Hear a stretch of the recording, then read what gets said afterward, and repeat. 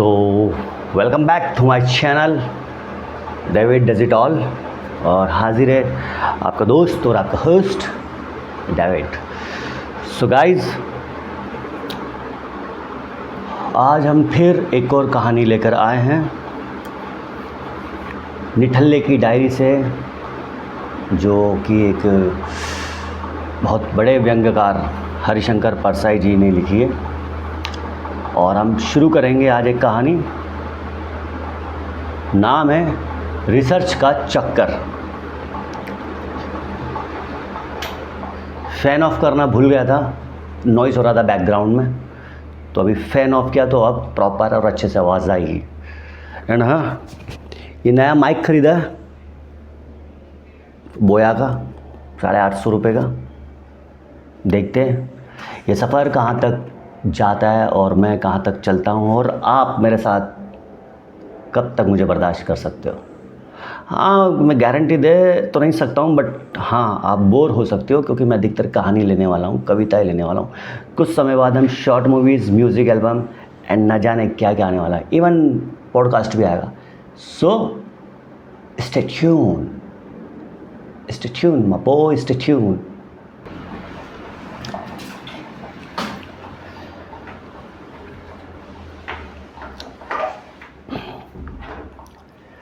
तो आज की कहानी का नाम है रिसर्च का चक्कर, जो कि हरिशंकर परसाई ने लिखा है। और देखते हैं इसके अंदर क्या है, कौन से चक्कर की बात कर रहे हैं हरिशंकर परसाई। रिसर्च का चक्कर। मैं काका की सलाह मानकर फजीयत में पड़ गया।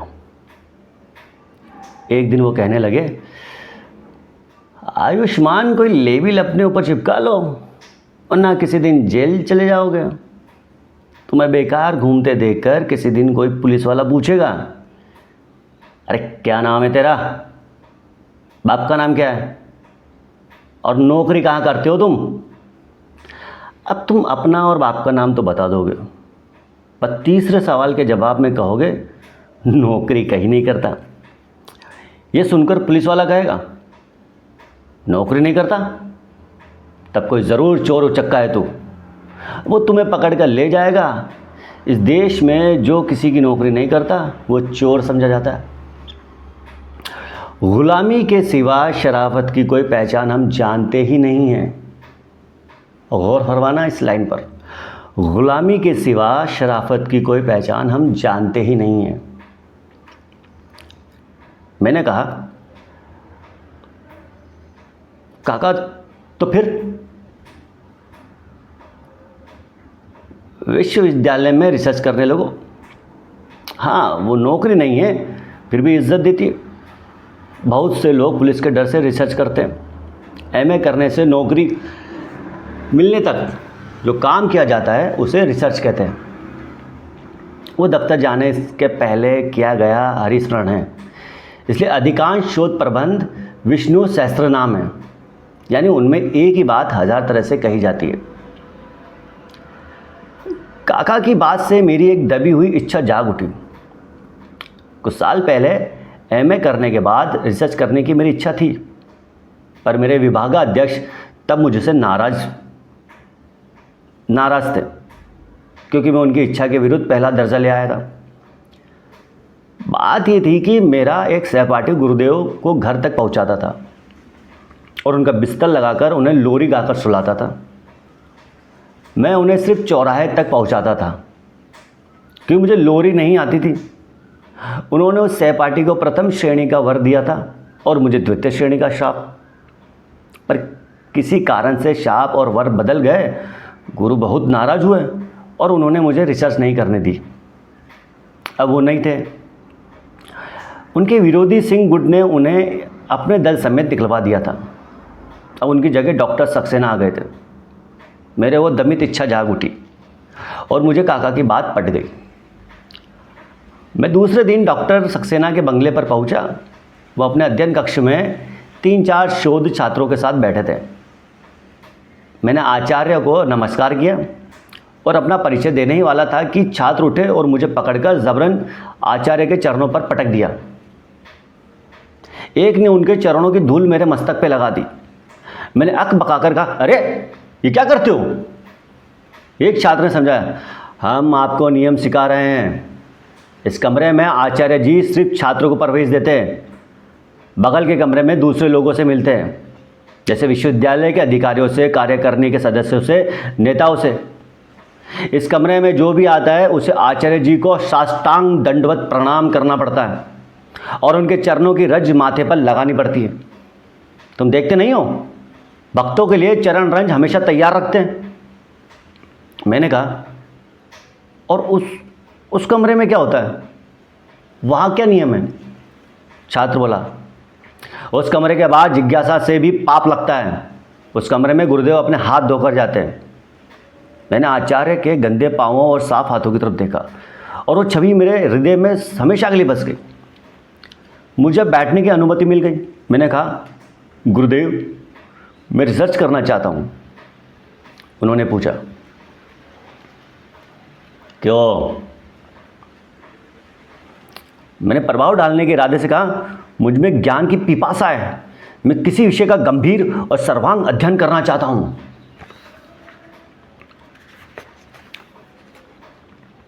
आचार्य जी बोले, तुम्हारी उम्र कम नहीं है, पर तुम में अभी भी स्कूली बच्चों की तरह ज्ञान के प्रति उत्साह है। यह प्रौढ़ मानस का लक्षण नहीं है। अच्छा, पहले यह बताओ, तुम कौन जात हो? जात तो भैया हमेशा आई जाती है बीच में। ये जाति इस देश को ले डूबेगी भाई। मैं इस सवाल से अचानक चकरा गया। जाति सूचक उपनाम मैंने वर्षों पहले छोड़ दिया था।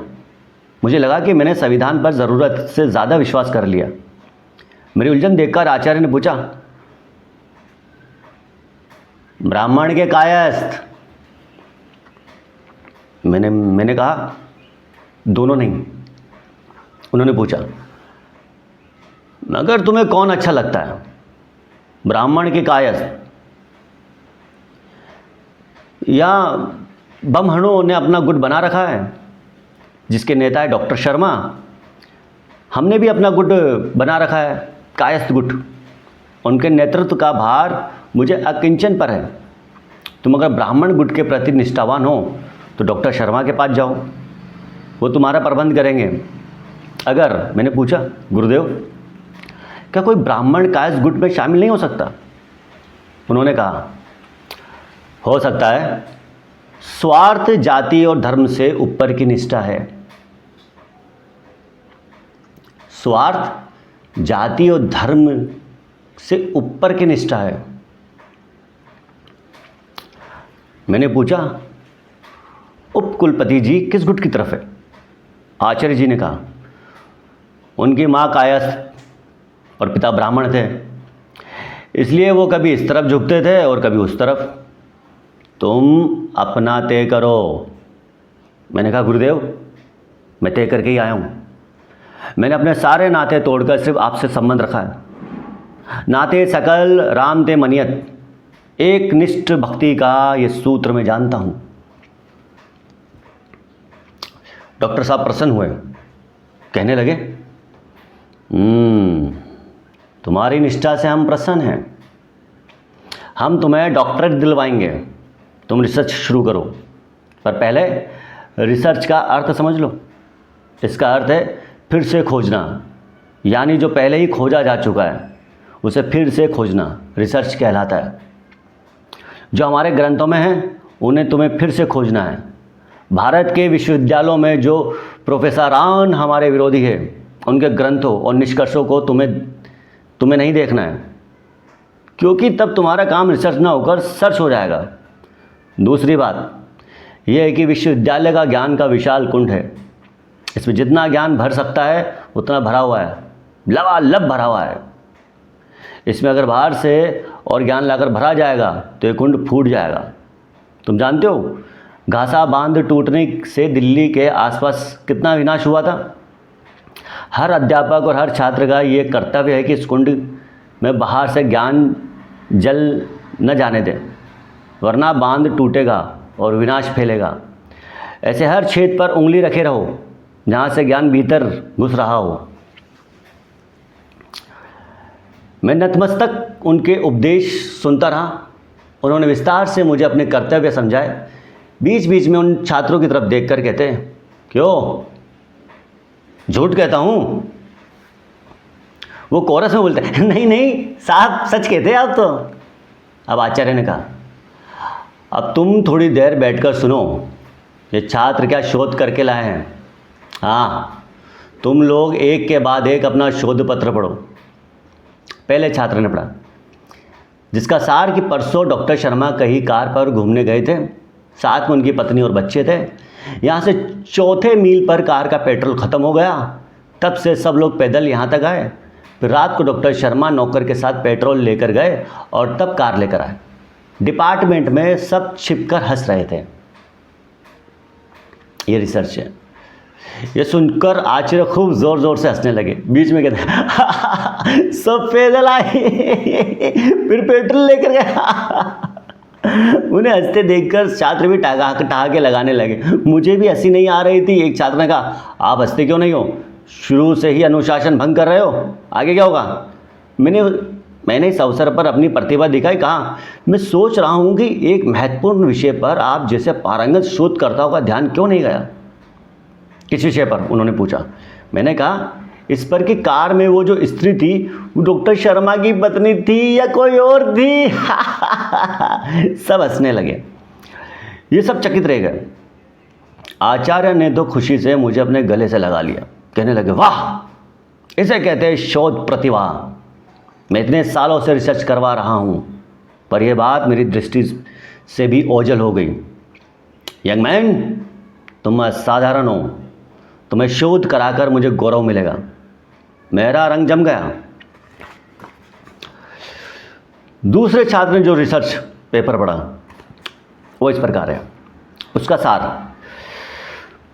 कि डॉक्टर शर्मा के गुट का एक अध्यापक कार्यकारिणी के एक ठेकेदार सदस्य के घर गया और उसे लेकर उप कुलपति के बंगले पर गया। वहाँ वो लोग लगभग 1 घंटा रहे। इसके बाद वो बाहर निकले और 5 मिनट हंसते हुए बातें करते रहे। इस तरह बाकी ने भी अपने अपने शोध निबंध पढ़ डाले। आचार्य जी ने हम लोगों से कहा, अब तुम लोगों को मैं विशेष विषय पर काम दे रहा हूँ। तुम जानते हो, अभी इस राज्य में मुख्यमंत्री बदला है। तुम्हें 1 सप्ताह में शोध करना है कि इसका विश्वविद्यालय पर क्या असर पड़ेगा।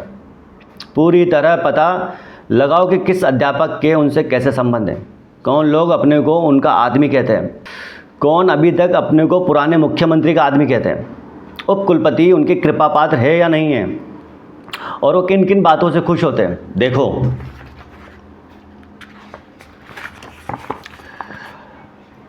इस विषय पर बहुत ध्यान से काम करना है, क्योंकि इस पर तुम्हारे थीसिस की योग्यता निर्भर है।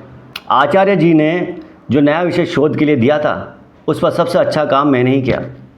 जब मैंने वो शोध पत्र आचार्य के सामने पढ़ा तो खुशी से उछल पड़े। पर एक दिन आचार्य ने थोड़ी नाराज़गी जाहिर की थी। उनके पास रिपोर्ट पहुंची थी कि चौराहे पर विरोधी गुट के एक अध्यापक के साथ पान खा रहा था। मैंने कैफियत दी कि वो सिर्फ संयोग की बात थी। वो बोले, मगर तुम उसके साथ हंस भी तो रहे थे। ये गलत है। एक निष्ठता के बिना शोध नहीं होती। तुम्हें उस तरफ के लोगों की छाया से भी दूर रहना चाहिए। उस दिन से मैंने बड़ी सावधानी बरती, लेकिन डॉक्टर होना मेरी किस्मत में नहीं था। एक शाम को आचार्य जी ने मुझे बुलाया। कमरे के सब दरवाजे बंद करके बोले, देखो, डीन की फिर नियुक्ति होने वाली है। वो शर्मा का बच्चा फिर कोशिश कर रहा है। वो एकमात्र प्रतिद्वंदी है। जैसा मैं कहता हूँ वैसा तुम करो तो वो रास्ते से हट जाएगा और मैं डीन हो जाऊँगा। उन्होंने जेब से एक थैली निकालकर मेरे हाथ में दी और कहा, इसमें गांजा है। गांजा ब्रो, गांजा मैन। इसे डॉक्टर शर्मा के घर में चुपचाप डाल देना और फिर किसी पब्लिक फ़ोन से बिना अपना पता बताए पुलिस को खबर कर देना। मैं एक क्षण तो खड़ा रहा, फिर गांजा टेबल पर फेंककर फुर्ती से दरवाजे खोलकर जो भागा तो आज तक नहीं गया। तो ये हालात हैं हमारे विश्वविद्यालय यूनिवर्सिटीज़ के प्रोफेसर्स के और रिसर्च करने वाले लोगों का। वो तो शुरू से बताया कि हमारी एजुकेशन सिस्टम कितनी ज़ोरों से काम करती है हमारे लिए। बहरहाल कहानी तो मुझे काफ़ी अच्छी लगी, काफ़ी व्यंग था इसमें और मज़ेदार भी थी। आप भी सुनिए, पढ़िए और बताइए कि नेक्स्ट कहानी किस टॉपिक पर मुझे लाना चाहिए, या कौन से राइटर की मैं कहानी पढूं या कविता, जैसे मंटो साहब हो गए या मुंशी प्रेमचंद हो गए या अपना रविशंकर प्रसाद हो गए या रामधारी सिंह दिनकर हो गए, ऐसे काफ़ी राइटर्स हैं। तो आप किसको सुनना पसंद करेंगे बताइए, करते हैं मिलके काम। चलिए, तो तब तक के लिए अस्ताला विस्ताला।